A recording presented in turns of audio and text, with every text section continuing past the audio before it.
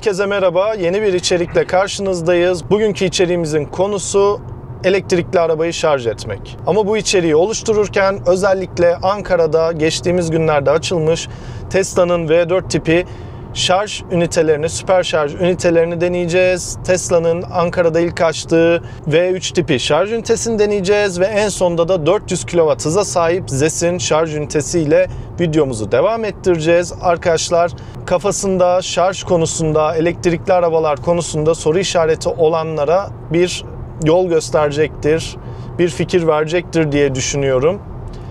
Ve videoma başlarken de kanalıma abone olup videoyu beğenip bildirimleri de açarsanız bu bana motivasyon verecektir ve videoya başlıyorum. Şimdi Ankara'da yeni açılan versiyon 4 olan yeni Tesla Süper Şarjır'a geldik. Kent Park'la cephe arasında yer alan sağ taraf cephe, sol taraf Kent Park AVM Süper Şarjır'a aracımızı bağlayacağız. Ve bakalım nasıl bir deneyim bizi bekliyor.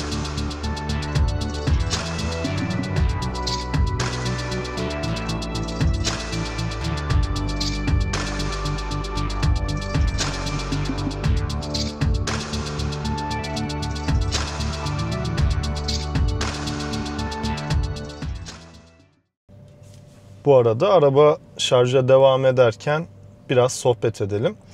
Geçen ünlü YouTuber influencerlarından bir ikisi bir bilgi paylaştılar. Bunun hakkında konuşmak istiyorum. Şimdi bizim bildiğiniz gibi araba LFP batarya. Onların söylediğine göre LFP değil LFPX veya LFP-M denilen farklı bir teknolojiye sahip. Bu da ne kadar doğru bilmiyorum. Resmi bir yerden teyitlemedim. Araba bataryaları hakkında çok fazla içerik çeken kanal var ve hatta bunların bazıları gerçekten çok güzel bilgilendirici içerikler çekmişler. Bilimsel kaynaklar vermişler. Böyle kısaca biraz sohbet edersek, hani hiç bilmeyen, anlamayan arkadaşlar da benim kanalı takip ediyorlar. Benim çevremde arkadaşlarım da var elektrikli arabayı benim kanalımla keşfeden. O yüzden biraz değinmekte de fayda var. Şimdi şöyle, birçok batarya tipi var. Bu batarya tiplerinden bizim işte gündelik olarak bildiğimiz ve elektrikli arabalarda karşımıza çıkanlar lityum bataryalar. Lityum, telefonlarımız bildiğiniz gibi lityum iyon batarya. İşte arabalarda lityum bataryalar var. Batarya dediğimiz şey arabayı besleyen enerji kaynağı. Ve bunların yapısında da katot, sıvı, anot şeklinde bir yapı mevcut. Şimdi katı hal bataryalar geliştiriliyor. Bunlarla birlikte de elektrikli araba teknolojisi bambaşka bir boyuta evrilebilir. Ama şu an bizim bildiğimiz klasik katot, sıvı, anot şeklinde bir batarya yapısı mevcut. Ve bu batarya yapısındaki katotun elementine göre bataryalar isim alıyor ve özellikleri değişiyor. Nedir bunlar? İşte NMC dediğimiz, NMC dediğimiz nikel, manganez, kobalt veya işte bizim şu an benim Tesla SR aracımda LFP dediğimiz lityum, demir, fosfat. Bunlar da nereden? Kimyadaki element sembollerinden geliyor. Genel olarak bu ikisi zaten şu an elektrikli arabalarda kullanılan batarya tipi. Ki Tesla'da da SR'lar LFP, long range'ler NMC batarya. Bunların tabii özellikleri değişiyor. İkisinde kendine has artı ve eksileri var. Çok hızlı bahsetmek gerekirse yine de NMC bataryanın enerji yoğunluğu daha fazla. Bu yüzden de daha uzun menzil verebiliyor. Ama aynı zamanda daha yanıcı ve daha tehlikeli. LFP'nin enerji yoğunluğu biraz daha düşük, biraz daha güvenli bu yüzden. Daha kararlı bir yapıya sahip. Bu yüzden de bataryayı %100'e kadar şarj etmeniz bir sorun yaratmazken NMC'de %80'in üstüne gerekmedikçe şarj etmeyin. Enerjiyi yoğun bir şekilde bataryada tutmayın. Ve %20'nin de altına düşürmeyin diye bir yorum geliyor. Biz LFP'de ise tam tersine haftada bir, 2 haftada bir %100 yaparak, kalibre ederek bataryanın daha sağlıklı işlemesini sağlayın tarzında bir öneri sunuluyor. Onun haricinde NMC bataryaların şarj alma hızı LFP'lere göre daha yüksek. Kışın daha kararlı ve stabil bir çalışma performansı sergileyebiliyor. Asıl değineceğimiz nokta, sohbetin başında da belirttiğim gibi LFP-M veya LFP-X nedir? LFP-M dediğimiz lityum fosfat demir olan bataryamıza manganez desteğinin eklenmesi aslında. Peki bu eklenirse ne oluyor? Batarya enerji yoğunluğu artıyor. LFP normal bir bataryadan daha yoğun bir enerji yoğunluğu oluyor. Bu da menzili arttırıyor. Aynı zamanda bataryanın çevrim ömrü. Çevrim ömrü dediğimiz olay da bizim normal arabalarda hani 100.000 kilometre görüyor, 300.000 kilometrede arıza yapıyor gibi ömür. Çevrim ömrü bataryanın ömrü. oluyor ve bu çevrim ömrü LFP-X bataryalarda düz LFP'lere göre daha yüksek. Bu LFP-X'lerin aynı zamanda soğuk havadaki performansı daha iyi. Düz LFP'ye göre soğuk havadaki menzil kaybının daha az olduğu, daha iyi olduğu söylenmekte. Ve hızlı şarj olarak LFP-X'ler daha stabil ve daha yüksek hızlı şarj alabildiği yine söylenmekte. Tabii kullanırken biz bunu yapacağız. LFP-A, LFP-B, LFP-C kavramı bizim için çok bir şey ifade etmiyor. Sürerken önceki kasaya göre daha mı iyi, SR'a göre veya rakiplerine göre daha mı iyi, bunu kullandıkça göreceğiz. Kısaca LFP-X farkı böyle. Acaba bizdekiler gerçekten LFP-X batarya mı? Şu an Ankara'da açılan ikinci Tesla şarj istasyonu, Tesla Süper Şarj İstasyonu V4 olan, versiyon 4 olan istasyonda şarja taktık. Deneyimimi sizlerle paylaşacağım. 12 adet şarj ünitesi var. Tesla'da bildiğiniz gibi bir ünite sadece bir aracı şarj edebiliyor. Şarj ünitesine birlikte bakalım. Gördüğünüz gibi 12 tane şarj istasyonu var. Her cihaz bir aracı şarj ediyor. Diğer şarj istasyonlarından farklı olarak. Haricinde cihazdan şu an hiçbir ses gelmiyor. Herhangi bir soğutma, ısıtma vesaire hiçbir gürültü yok. Hiçbir akım sesi de yok. Gördüğünüz gibi hiçbir ses gelmiyor ama AVM'nin klima çıkışının yanında durduğumuz için bu duyduğunuz ses aslında AVM'den geliyor. Yani V4 cihazlar gayet güzel duruyor. Peki farkı ne? En önemli farkı ne? En önemli farkı şu. Bu videoyu çektiğim gün arabanın navigasyonda Tesla V4 Kent Park 325 kW, Tesla V3 Ankamol ise 250 kW olarak maksimum güç verebileceği gözükmekteydi. Ancak videoyu düzenlemeden önce tekrar bir kontrol edeyim dediğimde navigasyonumda iki şarj istasyonunun da maksimum 250 kW güç verecek olarak gözüktüğünü gördüm. Evet, şimdi araç hala şarj olmaya devam ediyor. Toplam %10'dan %100'e kaç dakikada geldi size aktaracağım. Kamerayı yine kuruyorum. Kameranın kronosu, ayrıca kronometre de açtım. O ikisine bakarak bir süre çıkartacağız. Aynı zamanda kalibrasyon denilen bir olayımız var bildiğiniz gibi. LFP bataryalarda, bunun sorusu da gelmişti, ona da değineyim.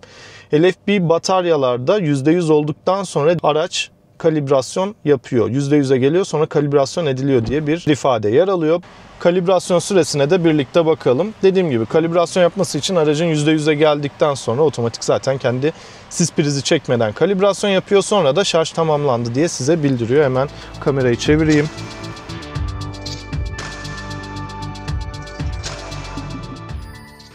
Evet, kalibrasyon başladı. Ben de kronometreyi başlattım şu an.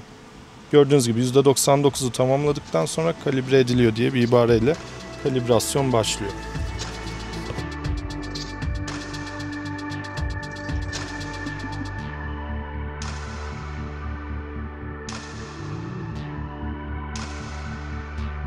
Evet, gördüğünüz gibi kalibrasyon tamamlandı. 7 dakika 14 saniye kalibrasyon süreci sürdü. %100 ve 425 kilometre gösteriyor şu an araç. Dışarının hava sıcaklığı da oldukça şarj hızını etkileyen bir faktör ve 28 derece sıcaklık vardı. Evet, şarjımızı %100'ledik ve buradaki deneyimimizi bitirdik. Şimdi Ankara'daki ilk kurulan Tesla Süper Şarj Ankamol ve ZES'in 400 kW'lık istasyonundaki deneyimleri de bu videonun arkasına ekliyorum. Bunu en son çekmiştik. Şimdi kanalı takip edip elektrikli araba sahibi olmayanlar var ve soru işaretleri var kafasında birçoğunun. Şarj normalde bu kadar sizin vaktinizi alacak bir şey değil arkadaşlar. Biz %10'dan %100'e getirip kalibre ettiğimiz için bu kadar sürdü. Normalde sizin yapacağınız %40'dayken 10 dakika 5 dakika şarja takacaksınız. %30'dayken takacaksınız. Yolunuza bakıp devam edeceksiniz. Bu işin kuralı, fıtratı bu aslında. Şöyle bir noktaya da değinmek lazım. Özellikle yazın şu an herkes tatile giderken. Şehirler arası yollardaki şarj istasyonlarında insanlar tabii hala bu kültürü tam oturtamadığı için %100'e kadar arabalarını şarj ediyorlar. Ve bu yüzden de şarj sırası oluşuyor çok yoğun. Çünkü araçlar %80'den sonra şarj alma hızını oldukça düşürüyorlar. Özellikle bu biraz önce gördüğünüz gibi kalibrasyon vesaireyi de yaparsanız sadece kalibrasyon bizde 7 dakika sürdü. Böyle %100'e kadar bekler, kalibre ederseniz şehirler arası yolda gereksiz yere kuyruk oluşturacaksınız. İnsanları bekleteceksiniz. Şeye de değinmek lazım. Şimdi birçok insan hala şarj altyapısı olarak Türkiye'ye yetersiz muhabbetleri yapıyor. Aslında araç sayısının soket sayısına oranına bakıldığı zaman şu an Avrupa'dan Türkiye daha önde. Daha iyi durumdayız. Her geçen günde yeni istasyonlar açılıyor. Tabii bununla birlikte her geçen gün elektrikli araba sayısı da trafikte çok fazla artıyor. Şarj deneyimi de kısaca böyle. Şimdi size Anka Mall ve Zest'teki şarj deneyimlerimi de göstereyim.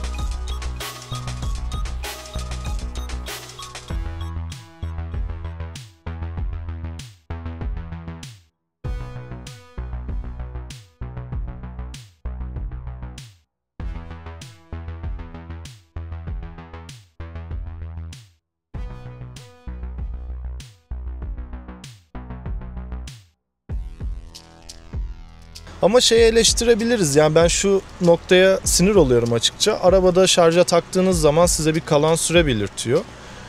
Bu kalan sürenin ama hiçbir zaman tutarlılığı olmuyor. Ben örneğin arabamı şarja taktım. Bana 180 kW hızla vermeye başlıyor. 20 dakika diyor. Ben hızlı hızlı gidip işlerimi halledip geliyorum 20 dakikada. Hızı 90'a çekmiş o arada ve hala şarj ediyor. Veya tam tersi hızlanıyor, daha çabuk bitiyor. Bence bu bir sorun. Ortalama bir hız vermesi, net süre aralığı vermesi gerektiğini düşünüyorum. Her ne kadar hızı sürekli değiştirse de bana 20 dakika ile 30 dakika arasında şarjınız tamamlanacak, ona göre desin. Ben ona göre planımı yapayım. Çünkü istasyonda bir yer işgal ediyoruz ve şarja taktığımızda da çok kısa süreler almıyor. Bu sırada işlerimizi halletmek istiyoruz. O yüzden bu konunun da bence çözülmesi gerekiyor.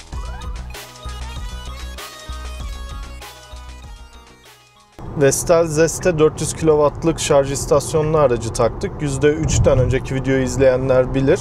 Şehir içi tüketim testi yapmıştık. %3'ten %99'a kadar şarj ettik.